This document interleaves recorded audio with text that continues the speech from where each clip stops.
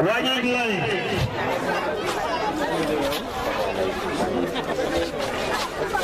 wajib apa tu? Wajib ni jabat tiga bulan tu. Wajib. Alhaji Malik Islam sama fikir sama kuliah. Islam anna famir bil nabi kana khurujul min nas bil haram jannabul nabi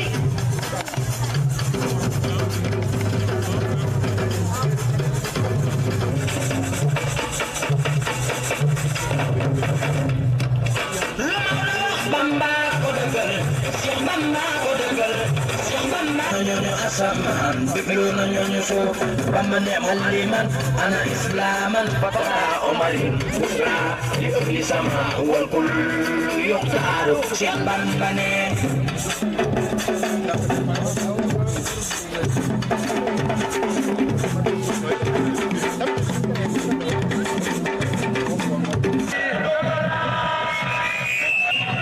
alu ñuy waxe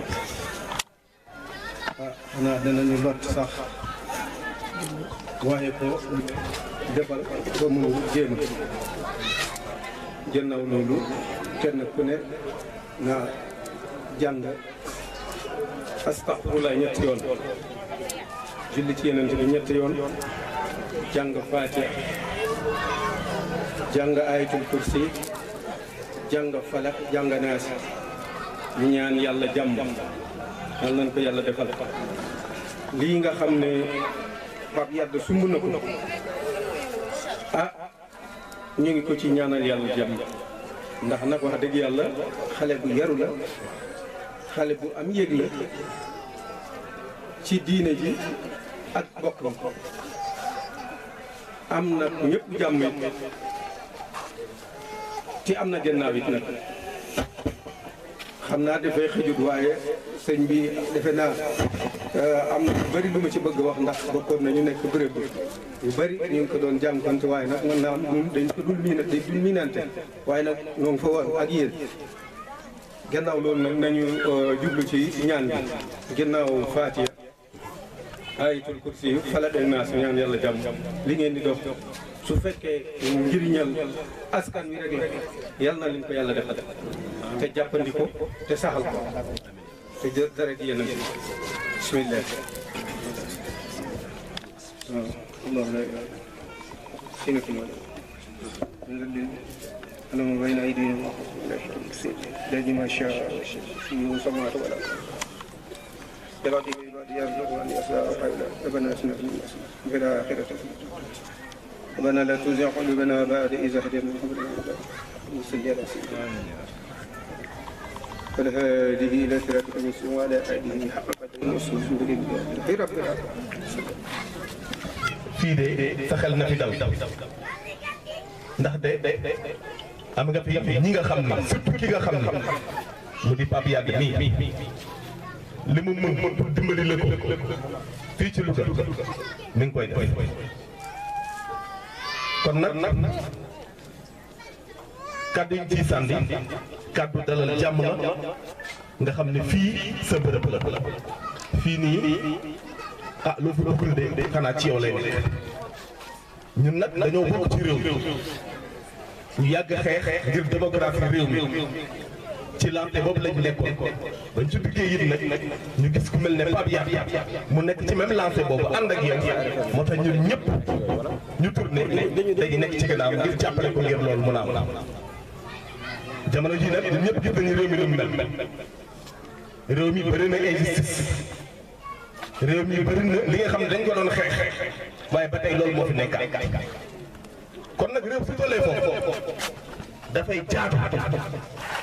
ñu xool ay nit ñu set ay nit ñu sell tànn leen ngir ñu mën a taxaw dëkkantaan jafe-jafe askan te loolu wax dëgg yàlla nag am nañ ci yaakaar ci monsieur le président Pape Diop kon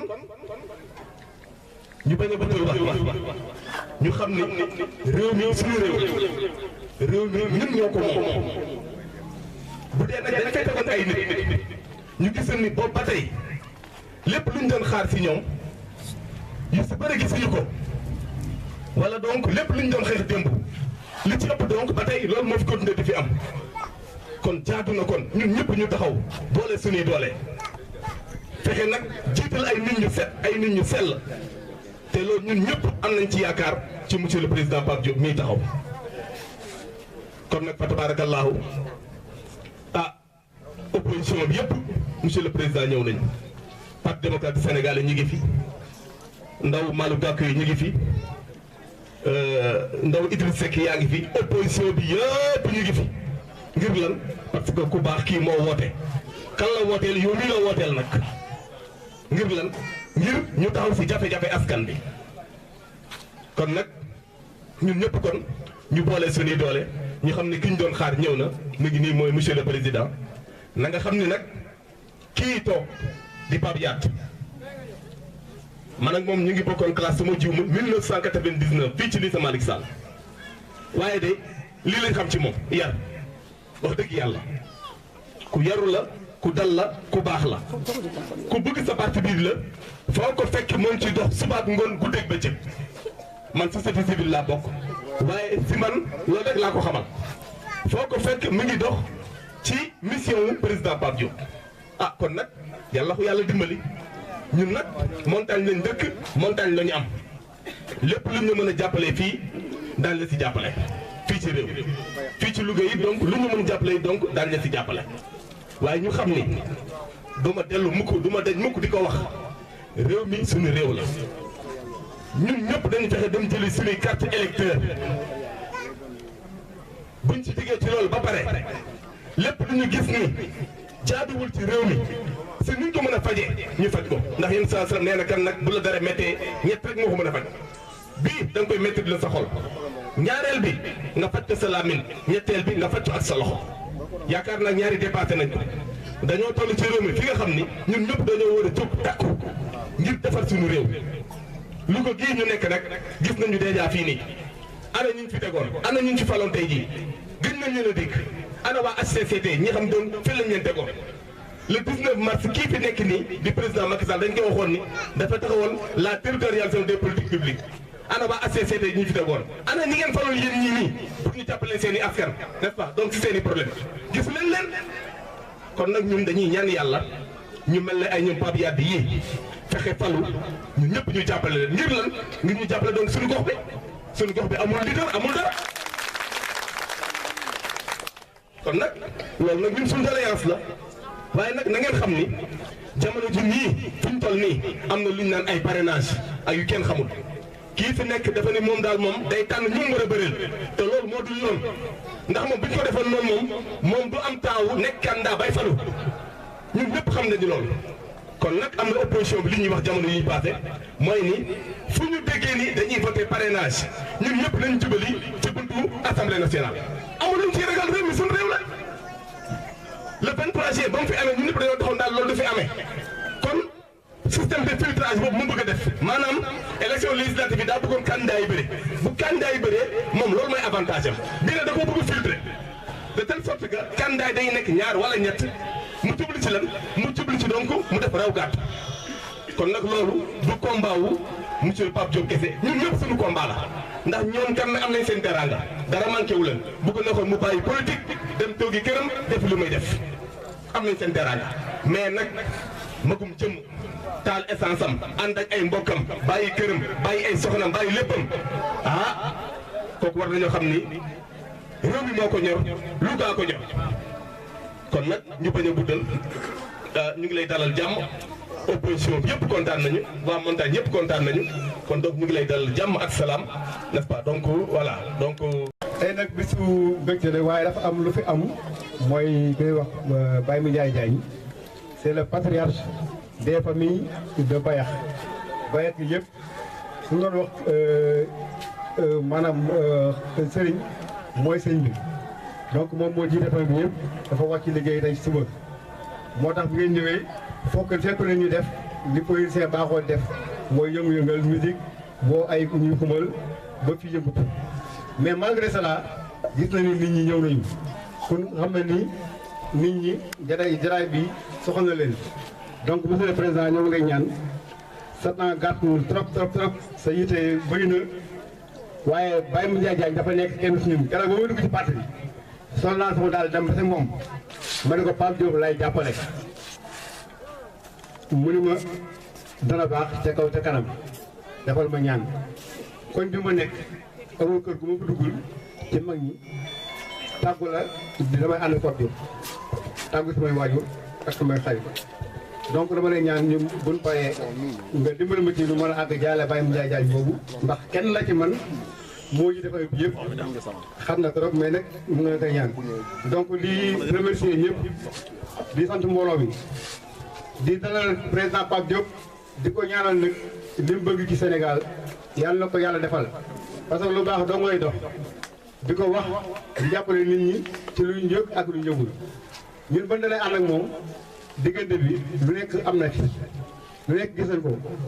waaye ñun baaxawul di ànd ak nit di ko wacc ci diggante yoon wi te lañ diggante woon ak moom àggul danoo bëgg nga nekk président de la République du Sénégal xam nga ko yàlla defal donc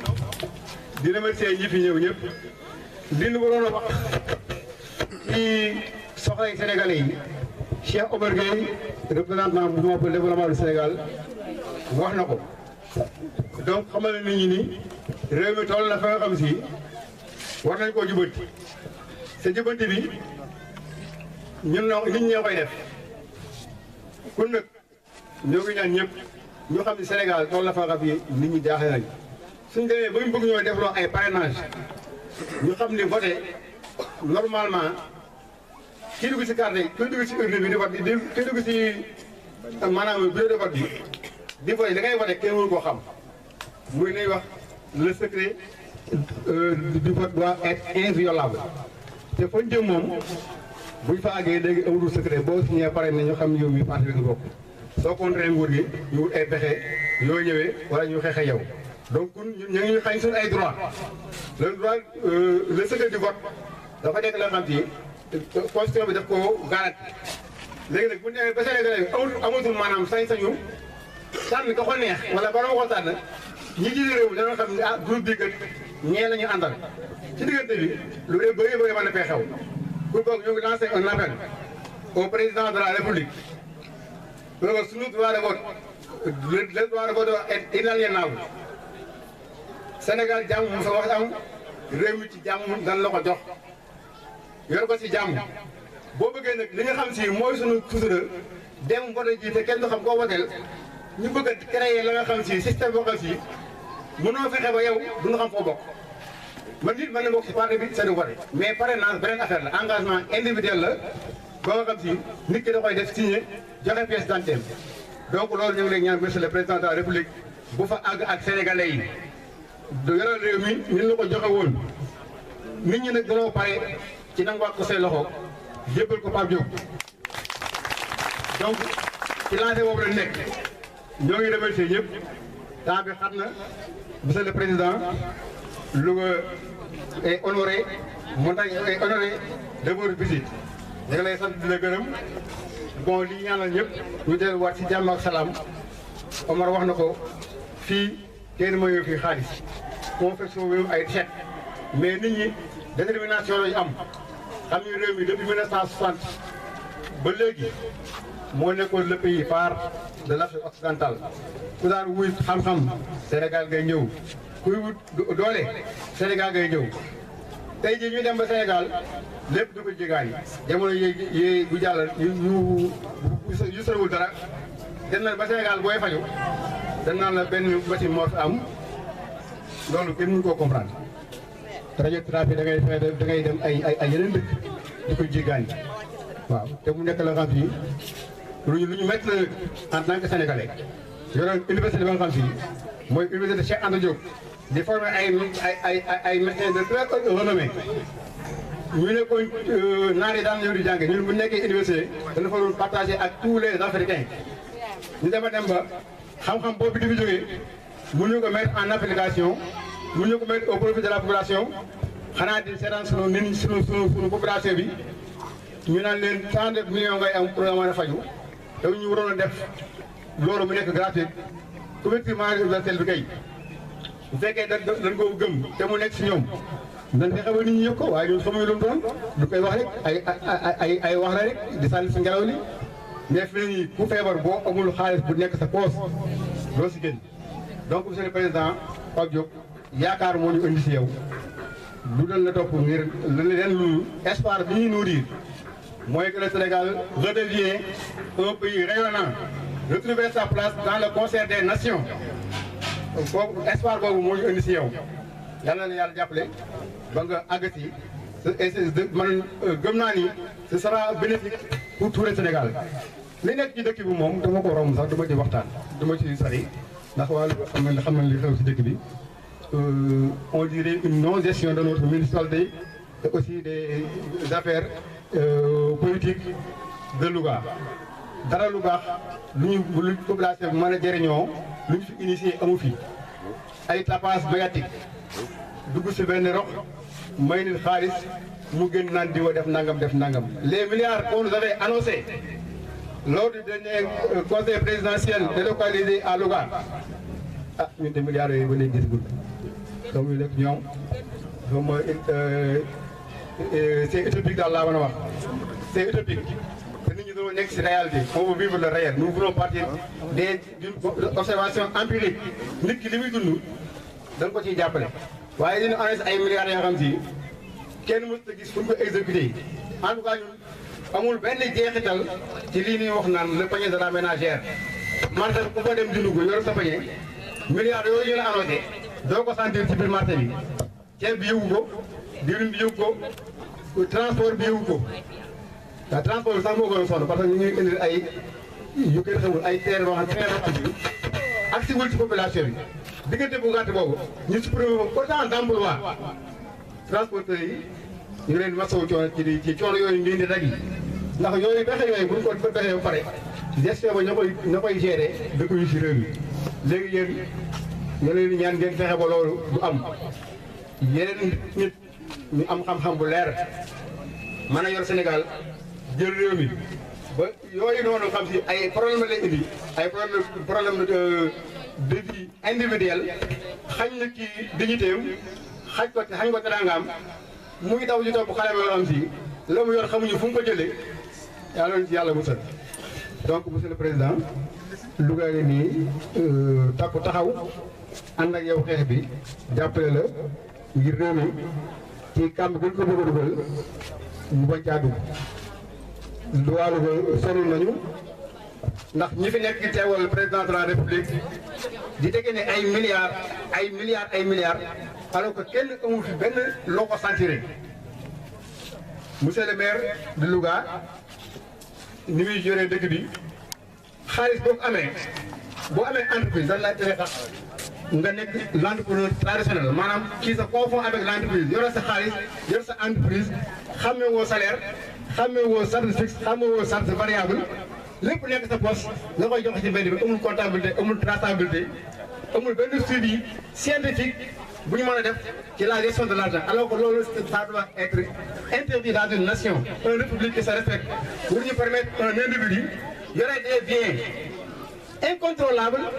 et non identifiés l'origine donc n'est pas tellement identifiée mu koy utiliser à bon escient nu mu ko neexee loolu alors qu'on nous parle du suivi en fait des blancheurs on doit les contraindre ba doon def blanchiment d'argent accusé wu ma kenn mais daal suñu xel dafa la nëb waaw ci ñi yaay xaalis ci Sénégal kenn nit wala ñaar ne yore ko di ko def na xam fii askan wi nit dina ko wala fa xam fii bu ko yàlla dimbaluwul mën na jaay ngorom donc ñu ngi lay ñaan nga dimbalu nga jàppale ñu ba foofa état de bassesse boobu de la race humaine ba kenn duñu ko wóob que l'on retrouve notre dignité humaine les valeurs de nos ancêtres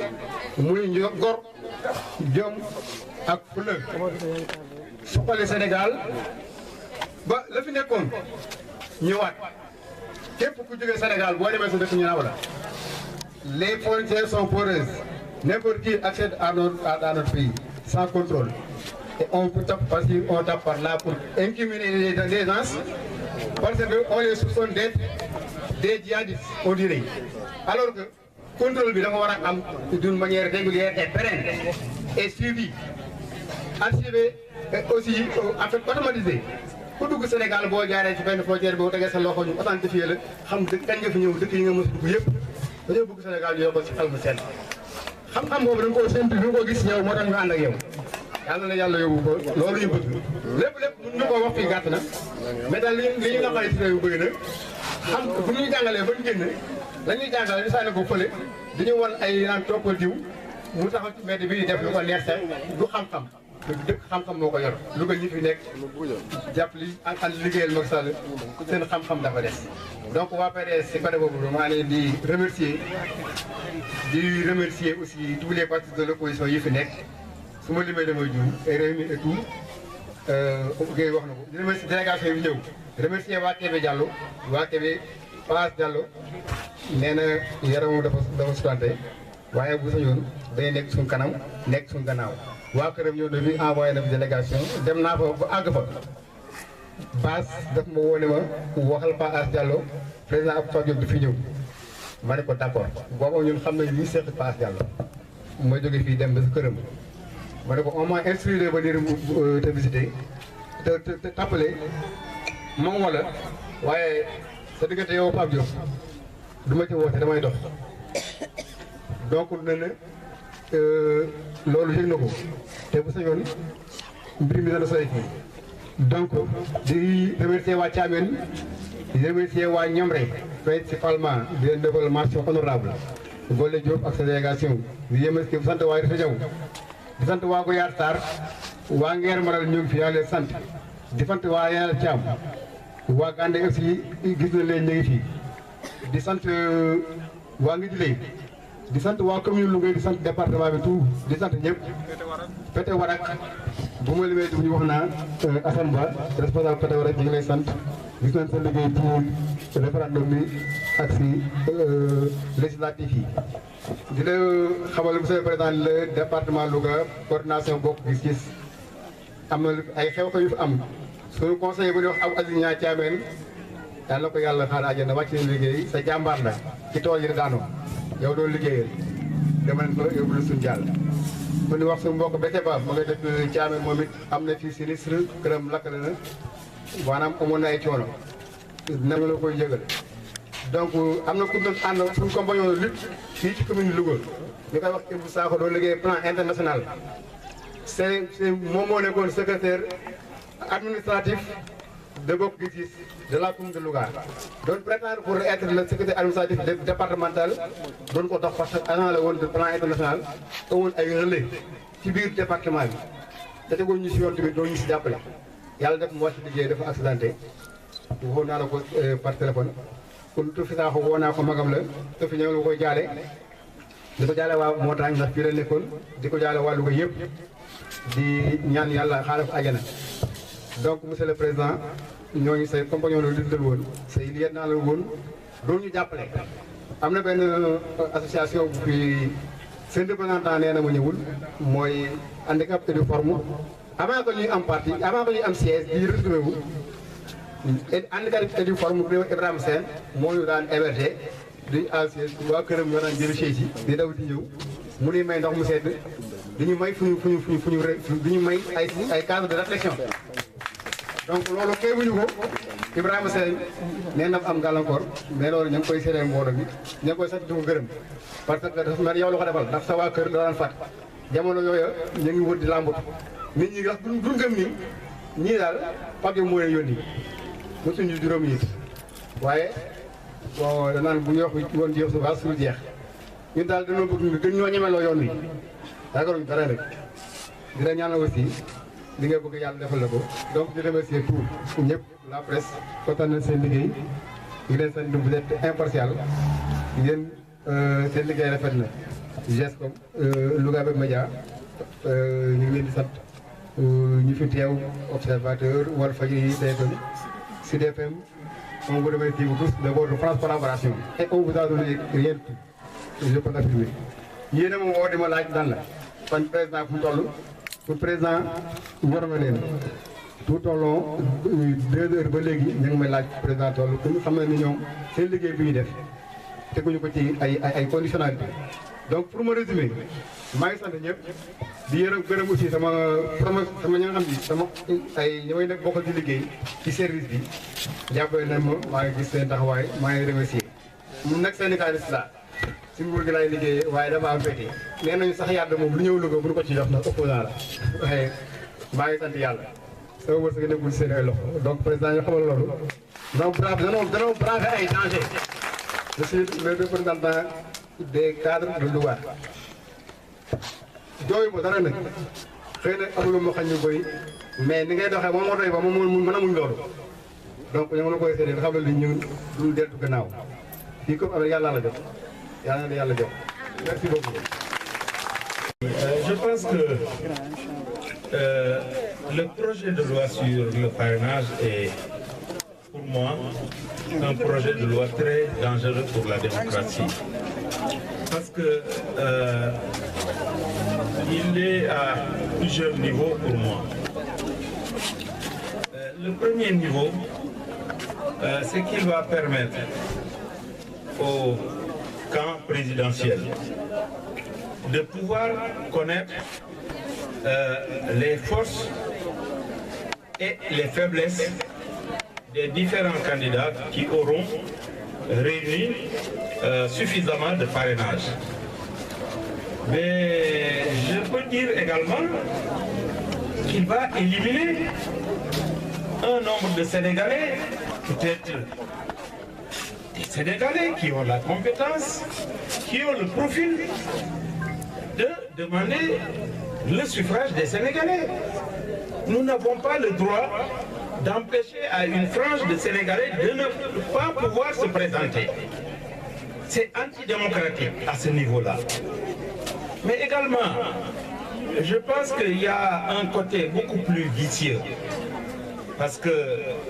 si nous considérons la déclaration du ministre de l'Intérieur, qui disait à qui veut l'entendre qu'il mettra tout en œuvre pour que l'électeur qui voudrait voter pour le président Macky Sall le fera le jour de l'élection. Donc, si nous tenons compte de cette déclaration, en plus des listings issus des parrainages qu'il aura à sa disposition, je pense que c'est une affaire sérieuse. Celui-là sera capable de démarcher un certain nombre d'électeurs qui auront parrainé d'autres candidats, de faire du chantage, de l'achat de conscience pour arriver à une victoire au premier tour, d'après ce qu'il dit, du président Macky Sall, parce que sachant que si le président Macky Sall arrive au deuxième tour, il va perdre l'élection présidentielle. Je crois que c'est pourquoi nous devons, nous également, tout mettre en œuvre pour nous opposer résolument à ce projet de loi le jour de l'examen du dit document à l'Assemblée nationale. Nous nous tenons prêts et nous invitons les démocrates de ce pays à se joindre à nous pour s'opposer le jour de l'examen de la loi, donc à cette forfaiture. On n'a pas manqué d'inviter les locaux. Mais tout le Sénégal, nous invitons tout le Sénégal à faire le déplacement. Et à ce niveau, je voudrais dire que en 2012, 2011, 2012, nous voyions des Sénégalais qui prétendaient défendre la démocratie sénégalaise et qui avaient même lancé le slogan « Touche pas à ma constitution ». Et 2 ans après le référendum, le président Macky Sall qui veut nous faire un forcing. Et à ce niveau-là, je voudrais vraiment me désoler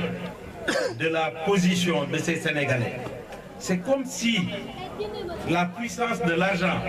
a joué un rôle aujourd'hui dans notre pays, ce qui fait que toutes ces personnes-là qui agitaient le landerneau politique, se taire sur leur lit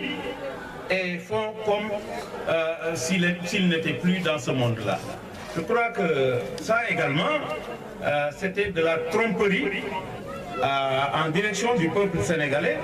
et nous condamnons ces Sénégalais, nous condamnons cette position qui consiste à vouloir vendre un paquet parce que ces Sénégalais-là les prenaient comme des défenseurs de la démocratie sénégalaise et aujourd'hui l'on constate malheureusement qu'il n'en est pas ainsi. Non, je ne citerai pas de noms, ils sont nombreux et tout le monde les connaît. Je m'en tiens à ce niveau-là. Franchement, je ne citerai pas de noms. Mais eux-mêmes se reconnaîtront dans mes propos. Non. Vraiment, ça c'est évident. Ma mandature de 2002 à 2007, tous les Dakarois s'en rappellent. Dakar était tout noir. Les routes étaient défoncées. Il y a des quartiers où on n'avait pas un seul mètre de... Je vous donne l'exemple de la commune de Biscuiterie, où il n'y avait que la rue, le Bernetali là. Mais toutes les autres routes là-bas, c'est moi. Vous allez à Fan Hop, les routes datées de l'époque coloniale. Vous allez à Zone B,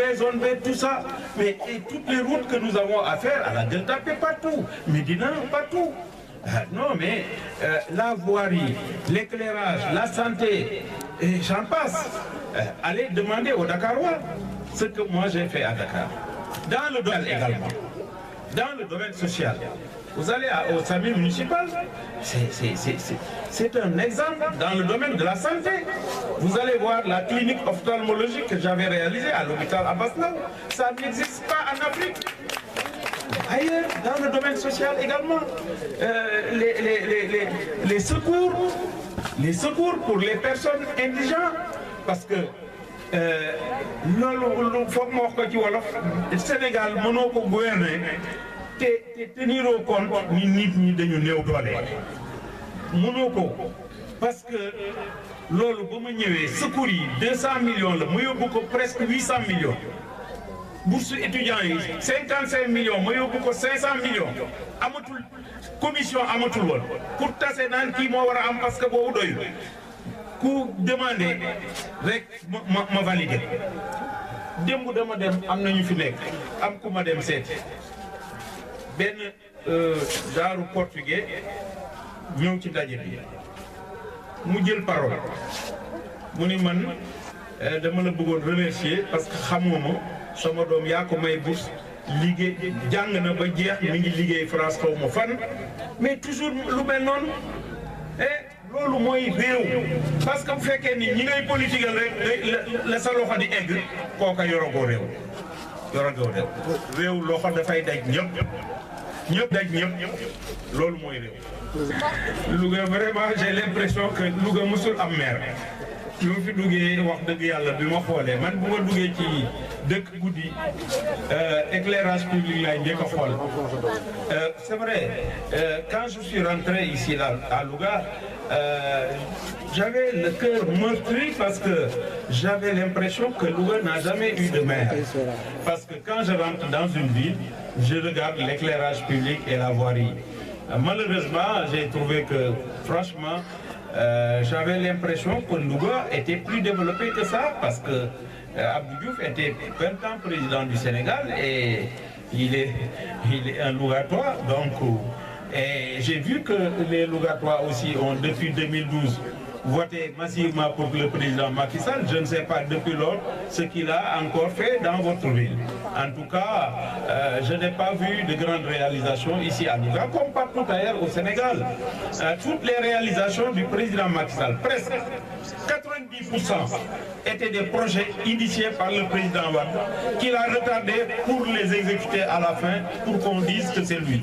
Les dernières routes qu'il a inaugurées tout dernièrement, la route Kaolack, Nioro et autres là. Mais cette route-là était déjà décapée depuis 2012. Moi, je suis passé là-bas lors de la campagne présidentielle. C'était prévu par nous-mêmes. Et tout ce qu'il a réalisé dans le nord du pays, si vous allez dans le nord du pays, les réalisations qu'il y a eu là-bas, c'était le MCA. Dans le sud du pays également, vous avez vu qu'il a procédé à la pose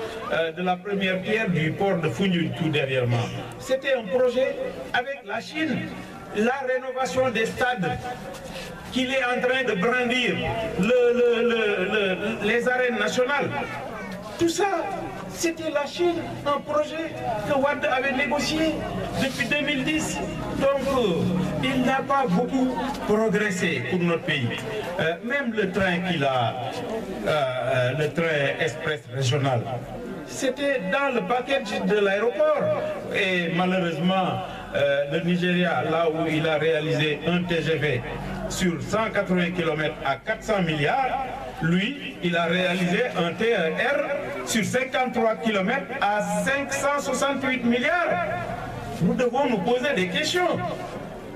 Alors, et sa nouvelle ville, Diamniadio, où